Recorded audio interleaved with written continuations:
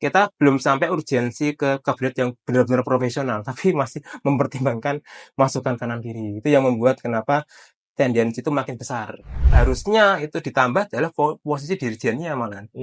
Atau memaksimalkan fungsi dirjennya daripada membentuk kementerian baru. Kemendikbud dipisah, ada Kementerian Kebudayaan atau kementerian-kementerian lain yang memang mengakomodasi asta cita ini kan. Kementerian makan siang ada. Koalisi Gemo ini ya harus ada yang mengawasinya gitu supaya tidak makin melebar gitu maksudnya. Dengan adanya Gibran di kabinet ke depan kan juga menunjukkan adanya posisi langsung Pak Jokowi di sana kan. Nggak mudah pula mengakomodasi semua partai untuk mendapatkan kursi kan. Itu mungkin nanti ada pembesaran porsi kementerian tertentu misalnya. Sebetulnya masuk akal nggak sih koalisi permanen di Indonesia itu? Halo teman-teman, kembali lagi di Langkah Kuda. Nah, hari ini kita nggak ngobrolin lagi politik lokal Jogja, Mas ya. Ya, Kemarin kita 2 episode ngobrolin soal pilkada, ya, pilkada Walkot kota lah ya. Jogja. Terus sampah. Sekarang kita balik lagi ke politik nasional. Oke. Kebetulan hari ini kita punya narasumber yang lagi datang nih ke kantor Mojok ya. Kita Oke. ajak sekalian untuk Ya, take. ya, ya. Ada Mas Wasis Harjojati dari Politik BRIN. Halo Mas Wasis. Halo Mas Iwan. Ya, selamat datang di Jogja. Selamat datang, rumahnya aslinya Aslinya Jogja. Ini lagi bertugas ke Jogja. Nah, kebetulan iya. kontak-kontakan ya kita ngobrol-ngobrol untuk take. Hari ini kita mau ngomongin soal kabinet Prabowo, Mas Wasis. Ya. Di kita tahu kan isu-isunya udah mulai banyak mengudara nih soal posisi berapa sih kabinet di Prabowo ini. Nah, apakah 40, 41 atau berapa? Yang jelas isu pertambahan kementerian ini semakin kencang wacananya. Nah, ini saya mau tanyakan langsung ke Mas Wasis. Karena gimana Mas? Iya, karena yang berkembang tadi itu kan kabinet besar dan sebagainya. Kabinet Gemo ya. Kabinet Gemo. Jadi benar nggak ini secara Mas Wasis melihatnya? Ya, sebenarnya kalau wacana penambahan kabinet ini dimungkinkan kalau misalnya juga merevisi Undang-Undang Kementerian Negara. Jadi kalau di pasal 11 sampai 14 itu dinyatakan kalau batas maksimum idealnya sebuah kementerian itu hanya sampai 34.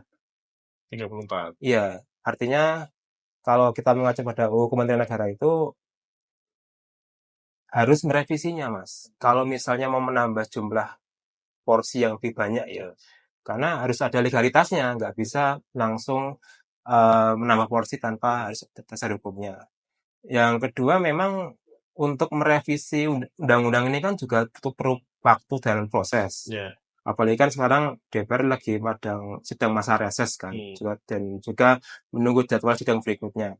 Nah, apakah revisi UU Kementerian Negara ini juga masuk dalam skema prolegnas dan skema jadwal sidang di tahun sekarang? Karena ini kan mendadak ceritanya. Jadi memang tidak bisa semudah itu kalau untuk melakukan perubahan undang-undang hanya untuk mengakomodasi jumlah dari kementerian yang nanti dibentuk, Mas Ipang. Ya, tapi kan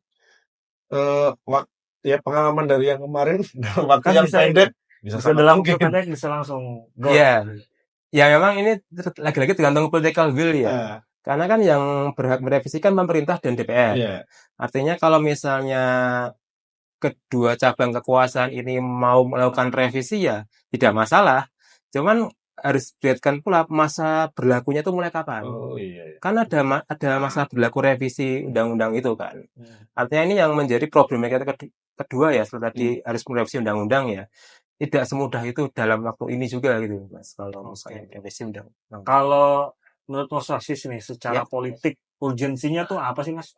Untuk mengembangkan atau bukan mengembangkan sih, untuk menambah jumlah kementerian itu urgensinya apa gitu? Ya, mungkin nambahkan. Apakah ada hubungannya juga dengan partai-partai yang kemarin berkompetisi di pemilu? Karena koalisinya gemuk ya kan? Kan selain gemuk yang kemarin sempat berlawanan kemudian sekarang mendekat gitu kan. Dan diterima dengan lapang dada. Apakah juga untuk mengakomodir hal tersebut? Ya, sebenarnya kan kalau secara umum kabinet itu kan hak prerogatif presiden ya. Ya. Artinya beliau sendiri yang punya hak untuk menambah atau mengurangi. Cuman yang kita lihat kalau dalam pasca reformasi ini kecenderungan membesarnya suatu kabinet itu makin tinggi.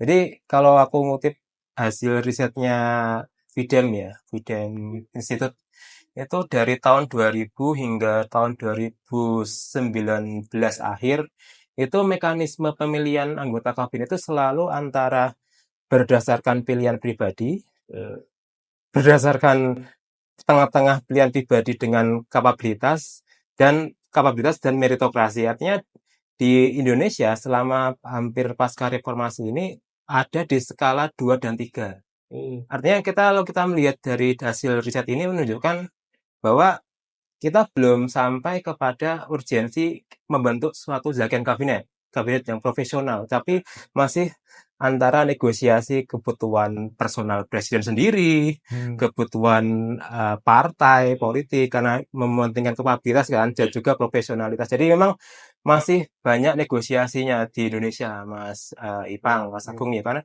kita belum sampai urgensi ke kabinet yang benar-benar profesional, tapi masih mempertimbangkan masukan kanan kiri. Itu yang membuat kenapa tendensi itu makin besar kemudian. Kalau menurut Mas Wasis idealnya itu memang ramping atau sesuai kebutuhan, misalkan kalau gemuk ya gemuk aja gitu. Sebenarnya kalau kita lihat tren global kan memang kabinet yang ada di negara lain itu juga tidak sampai lebih dari 34, Mas. Jadi kalau kita bandingkan ya, di Malaysia aja di era pemerintahan Anwar Ibrahim sekarang hanya 28. 28. Iya. Kemudian yang di Australia aja yang sekarang di bawah PM Albanese aja cuma 31. Di Amerika cuma 11. Jepang 19. Artinya kalau kita lihat tren global ini kan sebenarnya tidak banyak kementerian yang dibentuk oleh pemerintahan yang ada sekarang ya. Bahkan presidensialisme, bahkan yang seperti kita yang menganut sistem presidensialisme di Amerika itu cuma 12. Artinya kita harus melihat bahwa tren perampingan kabinet itu sudah terjadi di level global karena memang ada tren e-government yang lebih mengacu pada pemerintahan yang lebih efisien, efektif, dan juga kita harus memperhatikan bahwa kita kan juga sudah menyerahkan banyak urusan ke daerah. Desentralisasi. Ya, desentralisasi, dekonsentrasi kan sudah banyak terjadi kan. Artinya tidak perlu lagi adanya kementerian yang harus mengatur spesifik fungsi tertentu, Mas Ipang, Mas Agung. Tapi dalam beberapa periode presiden yang sekarang, pemerintahan yang sekarang, itu kan juga arah kecenderungannya menggemuk, Mas Wasis, dengan adanya misalnya wakil menteri. Ya kan? Dulu tuh kan nggak ada itu. Saya juga nggak tahu di luar negeri apakah ada juga wakil menteri gitu kan. Itu juga kita melihatnya kan ya jadi ini aja lah untuk kayak syarat aja karena kebetulan yang masuk di situ ya ada yang dari partai, ada yang mungkin dari profesional gitu. Ya memang posisi wakil menteri ini kan sesuatu yang tengah-tengah ya Mas. Itu sebagai bentuk negosiasi antara mensiasati jumlah batasan kementerian yang ada dengan kebutuhan akomodasi dari berbagai macam kalangan kan. Cuman idealnya memang kalau kita lihat itu urusan yang lebih teknis ya, urusan yang lebih praktikal itu kan sebenarnya di eselon 1, eselon 2, satu kementerian. Artinya di sini yang harusnya itu ditambah adalah posisi dirjennya malah. Atau memaksimalkan fungsi dirjennya daripada membentuk kementerian baru. Karena itulah yang saya pikir lebih efisien ya, lebih efektif ya untuk memaksimalkan fungsi birokrasi yang ada. Jangan kemudian kita menambah fungsi atau mungkin menambah lembaga lain yang itu nanti berdampak pada anggaran. Harus belanja pegawai, belanja rumah tangga institusi, belanja struktural, itu tambah biaya lagi. Jadi harus memperhatikan ini pula sebenarnya. Oke. Mungkin ini prediksi juga ya. Kayaknya selain penambahan mungkin ada nomenklatur yang diubah juga ya di kementerian besok ini ya. Tentu ada Mas. Itu kan menyesuaikan dengan visi misi presiden terpilih kan. Artinya nanti ada Kementerian Pendapatan Negara mungkin ada Badan Pendapatan Negara mungkin ada Kemendikbud dipisah, ada Kementerian Kebudayaan atau kementerian-kementerian lain yang memang mengakomodasi asta cita ini kan. Kementerian makan siang ada nggak? Ya, ya kita belum tahu. Cuman kan apa ya? Perubahan nomenklatur itu kan juga mencerminkan visi misi presiden kan. Iya. Artinya kalau kita lihat di sekarang ini kan ada pembangunan manusia dan kebudayaan, ada Kemenko Marves, itu kan lebih mencitrakan visi misi presiden tentang revolusi mental sama poros maritim dunia kan saat itu ya. Dan saya pikir di pemerintahan Prabowo Gibran ke depan juga akan lebih sama. Kementerian itu harus mencerminkan secara simbolis ya visi misi dari presiden terpilih itu seperti apa. Nah, kalau kita ngelihat ke depannya nih, ya, ada nggak sih Mas Wasus melihat beberapa hal yang kayaknya bakal diutamakan lebih dulu oleh Presiden Prabowo dan Mas Gibran ini nih? Misalkan di bidang pertahanan kah yang akan diutamakan, ekonomi, misalkan 3 bidang yang akan digas nih di awal pemerintahannya, apa aja nih menurut Mas Wasus? Tentu kan yang paling utama program populisnya dulu Mas. Ya, program makan siang gratis, susu gratis ini kan yang paling urgent dulu kan. Karena ini kan yang paling mengena di publik kan sebenarnya. Sangat ini ya, sangat mengena banget. Terdoktrin gitu ya. Iya. Terdoktrin, maksudnya menempel banget. Betul. Gitu loh. Spanduknya sampai di desa-desa Mas. Bahkan orang-orang di desa tuh sampai hafal milih paslon nomor 2 karena susu gratis. Misalnya seperti itu. Jadi memang ini yang akan dijawab ya, yang mungkin pertama kali dilakukan ya, supaya tidak menimbulkan kecewaan kan. Artinya yang program-program populis seperti ini harus dikedepankan dulu. Yang langsung ke level mikronya itu yang saya pikir akan diutamakan dulu ya. Baru kemudian yang porsi lain, misalnya Kementerian Pertahanan atau mungkin startup yang sempat menggaung kan. Jadi itu dulu Mas sebenarnya kalau saya baca ya, karena memang orang-orang di daerah ya, di level desa itu terdoktrinnya itu makan siang gratis, susu gratis. Jadi itu yang memantik sebenarnya. Kalau menurut Mas Wasis nih, ini kan Prabowo lagi banyak merangkul partai-partai ya, yang berlawanan terutama. PKB, terus Nasdem, PKS, gitu kan. Nah, kemungkinannya timbul oposisi di pemerintahan ke depan tuh seperti apa? Kita kan nggak tahu nih PDIP ini sekarang posisinya seperti apa sih gitu loh. Iya, kalau kita kemarin lihat masuknya atau mungkin potensi masuknya Nasdem secara resmi masuk ke Koalisi Indonesia Maju kan merubah struktur koalisi oposisi ya Mas. Itu perakhirannya sekarang koalisi pemerintahan yang ada 70% malah. 70% mendukung pemerintahan sekarang di DPR. Nah, hanya menyisakan 30% itu antara PDIP dengan PKS. Karena kan PDIP kan menang pemilu kan. Kan 110 kursi. PKS saya lupa berapa kursi ya. Tapi itu membentuk 30% suara yang belum bergabung ke pemerintahan.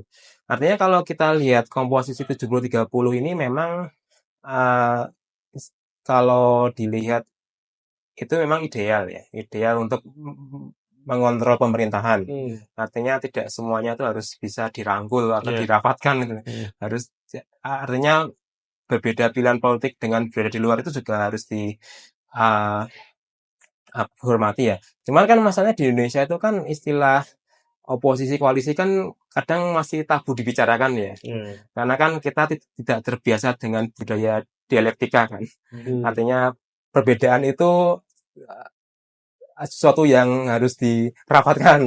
Sehingga inilah yang membuat koalisi gemuk itu akan bisa muncul karena di sini kan lebih condong mengutamakan musyawarah untuk mufakat. Jadi prinsip ini yang kadang kala ya, yang saya lihat itu memang menjadi tren bagi pemenang pemilu presiden untuk bisa merangkul semuanya. Dan ini memang kalau di sistem presidensialisme memang itu tidak salah ya. Cuman idealnya fungsi checks and balances itu harus ada supaya koalisi itu ada yang mengontrol dari dalam gitu loh. Karena kalau misalnya masyarakat sipil yang mengontrol itu belum tentu bersuaranya lebih keras. Sehingga disinilah kita perlu melihat adanya oposisi yang atau dalam hal ini yang bukan masuk pemerintahan itu perlu dijaga pula.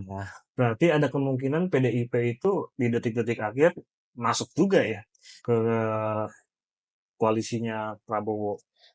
Nah ini kan sebenarnya kan tergantung pada ya Mas ya rakernas ke depan ya seperti apa ya, apakah memang PDIP ini akan tetap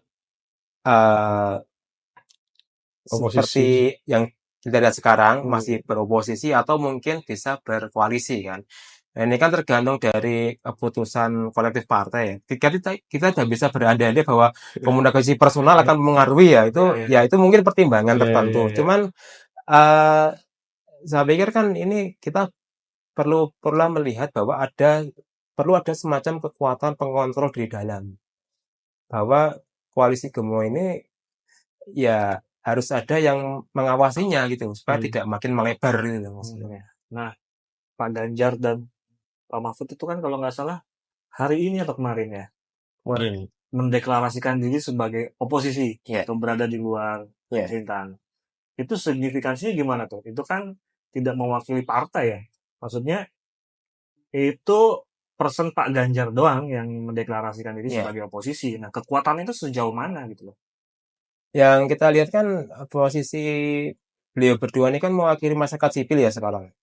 Artinya dengan kekuatan 16% yang mereka dapatkan di pemilu kemarin kan memang menjadi sesuatu yang sangat signifikan ya. Cuman yang menjadi masalah apakah 16% ini akan tetap ajak sampai akhir gitu loh. Karena mesti ada yang berpindah haluan atau mungkin masih di posisi yang sama. Jadi memang mungkin itu sikap personal ya. Cuman untuk menjaga yang 16% pendukung Pak Ganjar di pemilu lalu, apakah memang bisa satu suara hingga nanti 2029 atau mungkin bisa berbelok? Itu kan ini yang masih kita lihat dinamikanya masih berkembang, Mas. Ya dan kalau kita lihat dari presiden terpilih lah, itu kan seperti ingin menciptakan oposisinya itu kalau bisa sedikit mungkin. Bahkan kemudian membuat menawarkan ya presidensial club ya kalau nggak salah yang mengajak mantan-mantan presiden untuk kayak semacam jadi penasehat lah. Kalau Mas Fasis melihat gimana itu? Supaya ya seperti itu ya presidensial club ya kalau nggak salah ya. Ya kalau presidensial club ini kan sebenarnya berupaya untuk meniru modelnya Amerika Serikat ya Mas. Jadi kalau kita lihat dulu kan para founding father-nya AS kan juga sebenarnya terbentuk dari ikatan kolegialitas kan. Misalnya dari eranya George Washington hingga John Adams kemudian hingga Lincoln itu kan sebenarnya ikatan pertemanan sebenarnya. Artinya di sini kalau kita lihat dari era Amerika Serikat dulu hingga sekarang yang dimana kita lihat eranya tuh hubungan antara Obama dengan Bush senior, Jimmy Carter, Clinton masih terjaga dan hingga sekarang Biden masih komunikasi dengan Obama, dengan Clinton, dengan Bush Junior, Bush Senior. Itu kan menunjukkan bahwa ada ikatan kolegialitas yang itu dibangun antar mantan presiden, yang mana mereka sudah tidak lagi terlepas dari ikatan partisan atau ikatan ideologi yang menjadi identitas mereka dahulu. Tidak ada lagi istilah Republikan, Demokrat. Nah di Indonesia kan yang kita tahu SBY masih nggak mungkin ya berbaju Demokrat, Bu Mega masih PDIP, sehingga kalaupun itu diwujudkan, tentu konflik kepentingan partai mungkin terbawa. Karena ini suka nggak suka bakal terbawa kemudian. Karena memang kalau di konsepnya Amerika Serikat kan presidential club itu lebih pada klub negarawan kan. Jadi mereka yang sudah benar-benar selesai dengan ambisi politiknya gitu, sudah katam lah.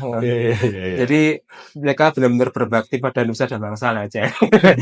Nah ini kan di Indonesia kan para mantan presiden yang kita lihat sekarang ya minimal Pak SBY dan Bu Mega kan masih aktif berpolitik, bahkan masih di partai kan.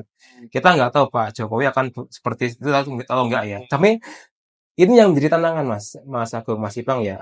Kalau di AS itu semua sudah lepas itu dari semua, lebih pada komunikasi informal, komunikasi untuk menjembatani legasi presiden terdahulu dengan yang incumbent. Di kita itu memang kalau saya lihat presidential club kan adalah menjembatani komunikasi yang beku kan. Yang kita tahu dari Megawati ke SBY kan selama 10 tahun seperti itu. Dan sekarang kita juga lihat kan, tambah lagi kan yang sekarang ini komunikasi Pak Jokowi dan Bu Mega kan masih belum terbangun lagi kan. Artinya memang tujuannya ke sana. Cuman kan kita belum tahu ya bagaimana mediasinya seperti apa. Ini proses yang panjang sebenarnya menjembatani mantan presiden seperti ini, Mas. Beda berarti ya. Kalau di sini masih ada unsur-unsur ambisi politiknya soal yang mantan presiden. Kita masih ada apalagi masih ada embel-embelnya belakangnya. Pak Jokowi gitu kan. Iya. Kan masih tetap ada ambisi politiknya bagaimanapun kan. Bagaimanapun ambisi termasuk misalkan nih bagaimana peran Pak Jokowi terhadap pembentukan kabinet besok. Nah, itu gimana kira-kira? Kan dalam tanda kutip Pak Jokowi juga punya peran dalam memenangkan Prabowo gitu loh. Ya tentu ini kan kalau kita lihat memang suka nggak suka dengan adanya Gibran di kabinet ke depan kan juga menunjukkan adanya posisi langsung Pak Jokowi di sana kan. Beberapa analis kan bilang ini seperti halnya model Singapura ya. Apakah menjadi semacam mentor atau menjadi semacam penasihat atau apa. Nah kita masih menunggu nih sebenarnya nanti seperti apa. Cuman tentu kabinet yang ke depan itu kan secara formal adalah haknya Pak Prabowo ya. Cuman kita mesti paham juga ya bahwa memang di sini kan selalu ada di balik layar kan. Dan inilah yang perlu kita lihat proses black box-nya itu ada Pak Jokowi atau enggak gitu loh. Karena proses balik layarnya yang kadang itu menentukan daripada proses formal di depan, Mas. Ya, betul. Kalau dalam politik black box-nya yang menentukan ya. Sangat tentu. Lobby-lobbynya itu ya. Lobby itu. Jadi kan output, input, black box-nya itu yang kita nggak tahu orang luar itu. Artinya ada kemungkinan, bukan ada kemungkinan, pasti kan Pak Jokowi punya kepentingan juga di kabinet yang akan datang kan. Ya, cawe-cawe lah. Nah itu yang menjadi ganjalan presidensial club itu akan terwujud atau enggak, Mas? Karena masih ada ambisi politiknya yang masih mau dirawat gitu loh, Mas. Ya, apalagi dengan adanya proyek IKN 2045, termasuk juga dengan wacana ini, Mas Wasis, koalisi permanen. Nah, kan ada wacana bahwa koalisinya akan dipermanenkan hingga kalau nggak salah 2045 ya. Nah itu sebetulnya masuk akal nggak sih koalisi permanen di Indonesia itu? Kayak misalkan di Malaysia kayaknya kayak gitu juga ya. Di Malaysia ada namanya Barisan Nasional, yang itu ada UMNO, ada Partai Tionghoa Malaysia, Partai India Malaysia, dan partai-partai kecil lah. Barisan Nasional itu sejak era kemerdekaan hingga kemarin dikalahkan sama koalisinya Anwar Ibrahim itu berkuasa, Mas. Dan memang ini kan koalisi sangat plural ya, Barisan Nasional ini ya. Nah, cuman masalahnya adalah di Malaysia kan memang ikatan primordialisme kan dijadikan alat politik, Mas. Di Indonesia itu kan ya primordialisme masih ada, cuman kan tidak sekencang Malaysia gitu loh, yang dia berbasiskan etnis itu loh. Ada Melayu, ada India, ada Tionghoa yang memang mereka terlembagakan secara politik ya. Di Indonesia kan tidak seperti itu loh modelnya. Kalau membentuk koalisi permanen seperti itu, memang landasannya apa gitu loh, Mas? Karena kalau kita kembali ke era demokrasi liberal ya, nggak ada tuh koalisi yang sampai permanen sampai ujung 5 tahun itu belum ada sama sekali. Mesti pecah. Ya, politik nggak ada yang abadi. Jadi itu Mas. Jadi kalaupun itu terlambagakan paling hanya berbentuk kartel ya. Kartel politik seperti halnya dulu di era SBY ya. Ada namanya sekretariat gabungan kan, Hmm. Setgab. Cuman kan juga pecah di akhir kan dengan pornya PKS, pornya Iya, ini. betul. Jadi memang nggak mudah Mas untuk membentuk koalisi permanen. Apalagi kalau kita lihat di Indonesia itu kan tidak ada landasan ideologi yang mengikat Mengikat. itu. Nah, Itu. partainya itu belum ada yang punya ideologi yang kuat gitu ya. Iya, dan itu satu. Yang kedua kan kita tidak punya semacam partai yang menjadi patron gitu loh. Kalau di Australia kan ada partai liberal ya, yang itu menjadi patron partai nasional, partai ini, partai itu. Lawannya partai buruh, patron juga. Jadi idealnya memang kalau koalisi permanen itu harus menghasilkan partai yang semakin mengkerucut. Entah itu partai yang sistem 2 partai atau 3 partai. Jadi ya mungkin balik ke era Orde Baru ya ada 2 partai atau golongan karya misalnya. Iya. Itu koalisi permanen itu malah. Digabungin ya. Ya beberapa PDIP kan partai ya. dulu PDI kan dulu juga gabungan dari beberapa Iya, macam partai kan. partai. P3 juga sama kan, NU, Parmusi, Masyumi. Masyumi. Nah, apakah kembali seperti itu? Bisa aja, teman menjadi payung besar semua organisasi itu nggak mudah juga gitu di kondisi Artinya- sekarang gitu. Artinya kalau gitu politik Indonesia itu hanya bisa dibaca dalam jangka waktu yang pendek ya. Maksudnya karena memang betul-betul ya kita hanya bisa membaca setahun ke depan ini gitu loh. Iya, Karena 2 tahun lagi kita nggak tahu nih apa yang akan terjadi gitu. betul Mas. Karena emang di sini kan masalah utamanya kan kita tidak punya semacam komitmen ideologi yang kuat ya. Ini masalah paling krusial di Indonesia. Artinya yang tadi kita diskusikan, kita tidak terbiasa dengan budaya dialektika ya. Iya. Jadi kita tidak bisa selamanya menjadi kanan kiri tengah itu Iya. semua bisa dinegosiasikan di Indonesia. Jadi ini yang membuat kenapa warna politik itu selalu cair, tidak permanen. Tidak akan semuanya akan merah, tidak akan semuanya hijau, tidak seperti itu. Artinya kita bisa bilang juga kalau misalkan hubungan Pak Prabowo dan Pak Jokowi itu juga nggak bisa diprediksi di masa depan. Sebenarnya saya pernah nulis itu Mas soal apa ya potensi itu ya. Jadi saya membandingkan antara perpecahan yang ada di Filipina sekarang.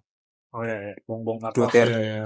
Duterte, Duterte sama Marcos kan wakilnya Bongbong kan anaknya Duterte kan. Iya. Itu kan pecah kan. Iya. Ya maksudnya karena ada masalah intrik personal.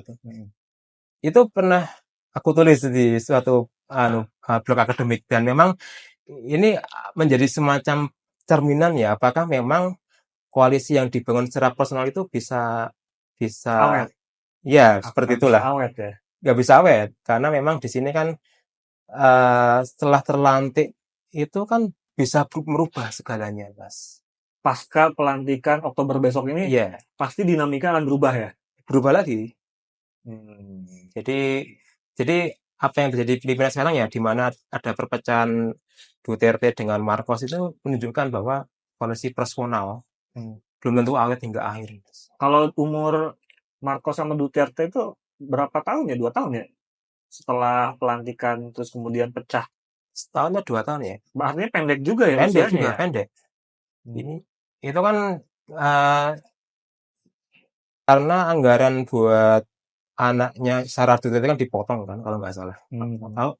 Jadi ada masalah anggaran yang itu menjadi masalah friksi kemudian pecah gitu loh Mas. Hingga saat ini ya? Hingga saat ini. Oke, itu Mas Agung. Pertanyaan terakhir deh dari aku ya. Kira-kira prediksi kabinet ke depan ini gimana nih Mas Wasis? Kan ada Golkar, ada Gerindra. Nah, porsi-porsi yang kira-kira dapat paling banyak tuh siapa? Ya tentu kan yang kita lihat anggota asli pendiri ya dari Indonesia Maju ya. Mungkin itu akan diprioritaskan dulu ya. Iya. Baru kemudian partai-partai baru yang akan masuk. Cuman gini, yang kembali ke awal ya, nggak mudah pula mengakomodasi semua partai untuk mendapatkan kursi kan. Itu mungkin nanti ada pembesaran porsi kementerian tertentu misalnya. Yang tadi aku bilang ya ada mungkin jadi ditambah Atau wakilnya ditambah. Wakil pasti tetap akan ada ya? Wakil pasti ada Mas, mesti ada itu. Karena memang mengakomodasi itu proporsionalitas teknokrat, politisi, nggak jangan sampai ini dominan satu sama lain Mas. Harus ada seimbangan gitu loh Mas. Karena nggak mungkin di pos-pos tertentu itu akan dikuasai politisi semua nggak mungkin Mas. Harus ada teknokratnya di situ. Oke. Mas Awu ada pertanyaan tambah? Cukup. Cukup ya? Iya. Oke, Mas Wasis, terima kasih banyak Mas ya. Sama-sama Mas Agung, Mas Ipang. Teman-teman, kita ketemu lagi di episode Langkah Kuda berikutnya.